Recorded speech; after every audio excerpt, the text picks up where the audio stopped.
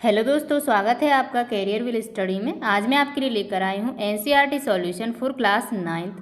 पाठ है 6, दिए जल उठे संचयन, भाग 1 हिंदी, जो मधुकर उपाध्याय जी का है।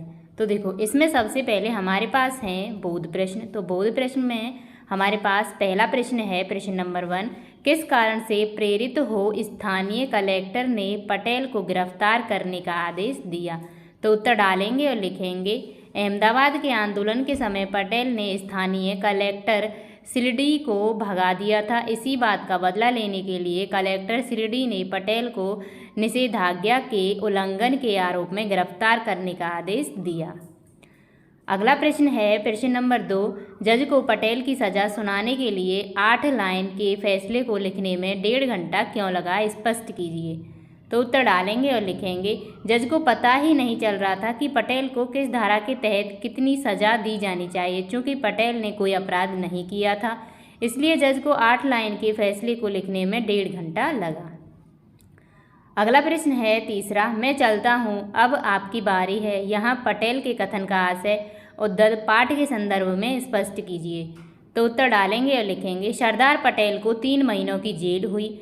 इसके लिए उन्हें बोरसद से साबरमती जेल ले जाया जा रहा था। रास्ते में आश्रम पड़ता था। पटेल के आग्रह पर गाड़ी रोक दी गई और पटेल आश्रम वासियों से मिले।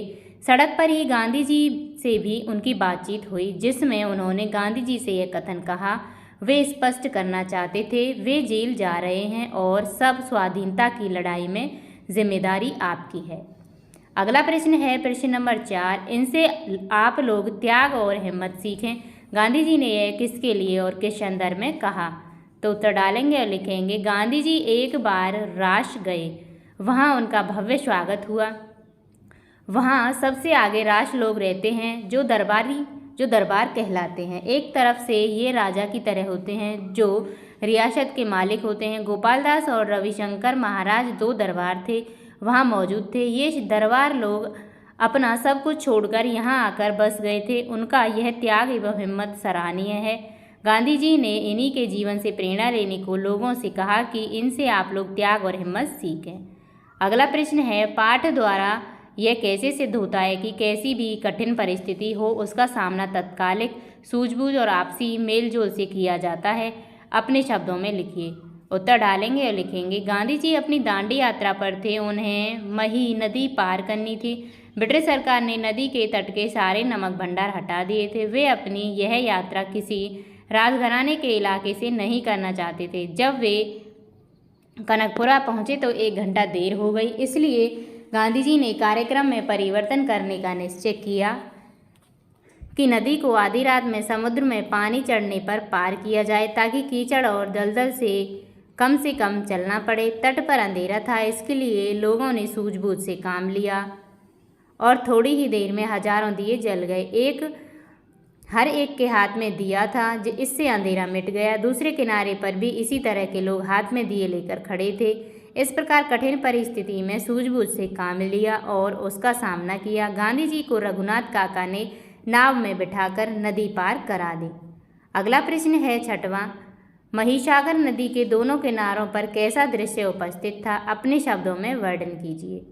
तो उत्तर डालेंगे और लिखेंगे, महिसागर नदी के दोनों किनारों पर हजारों लोग अपने हाथों में जलते दिए लेकर खड़े थे, क्योंकि वे गांधी जी का और उनके साथियों का इंतजार कर रहे थे। उस समय अंधेरा था। चारों ओर महात्मा गांधी की जय, सरदार पटेल की जय और जवाहरलाल नेहरू की जय के नारे गूंज रहे थे। उसके बाद अगला प्रश्न है, यह धर्म यात्रा है, चलकर पूरी करूंगा। गांधी जी के इस कथन द्वारा उनके किस चारित्रिक गुण का परिचय होता है। तो उत्तर डालेंगे और लिखेंगे, गांधी जी ने दांडी यात्रा को धर्म यात्रा का नाम दिया। रास्ते में कंकरीली रेतीली सड़कें पड़ेंगी, इसलिए लोगों ने गांधी जी को आधी यात्रा कार से करने का आग्रह किया, परंतु गांधी जी ने मना कर दिया और कहा, धर्म यात्रा में निकलने वाले किसी वाहन का प्रयोग नहीं करते। इसी प्रकार मही नदी तट पर करीब 4 किलोमीटर दलदली जमीन पर गांधी जी को चलना पड़ा। लोगों ने उन्हें कंधे पर उठाने की सलाह दी, पर गांधी जी ने कहा, यह धर्म यात्रा है, चलकर पूरी करूंगा। इस कथन से गांधी जी के साहस, देश प्रेम, कष्ट सहने की क्षमता आदि गुणों का पता लगता है। अगला प्रश्न है 8वां, गांधी को समझने वाले वरिष्ठ अधिकारी इस बात से सहमत नहीं थे कि गांधी कोई काम अचानक और चुपके से करेंगे, फिर भी उन्होंने किस डर से और क्या एहतियाती कदम उठाए। उत्तर डालेंगे और लिखेंगे। गांधी जी को समझने वाले वरिष्ठ अधिकारियों का मानना था कि वे अचानक चुपके से कोई काम नहीं करते, फिर भी ब्रिटिश सरकार कोई खतरा मोल नहीं लेना चाहती थी, इसलिए एहतियाती तौर पर नदी के तट से सारे नमक भंडार हटा दिए और उन्हें नष्ट करा दिया। अगला प्रश्न है 9वां, गांधी जी के पार उतरने पर भी लोग नदी तट पर क्यों खड़े रहे। तो उत्तर डालेंगे और लिखेंगे। गांधी जी के नदी पार उतरने पर भी लोग नदी तट पर खड़े रहे क्योंकि सत्याग्रहियों को भी पार जाना था और वे कुछ लोगों का इंतज़ार कर रहे थे जिन्हें नदी पार करानी होगी।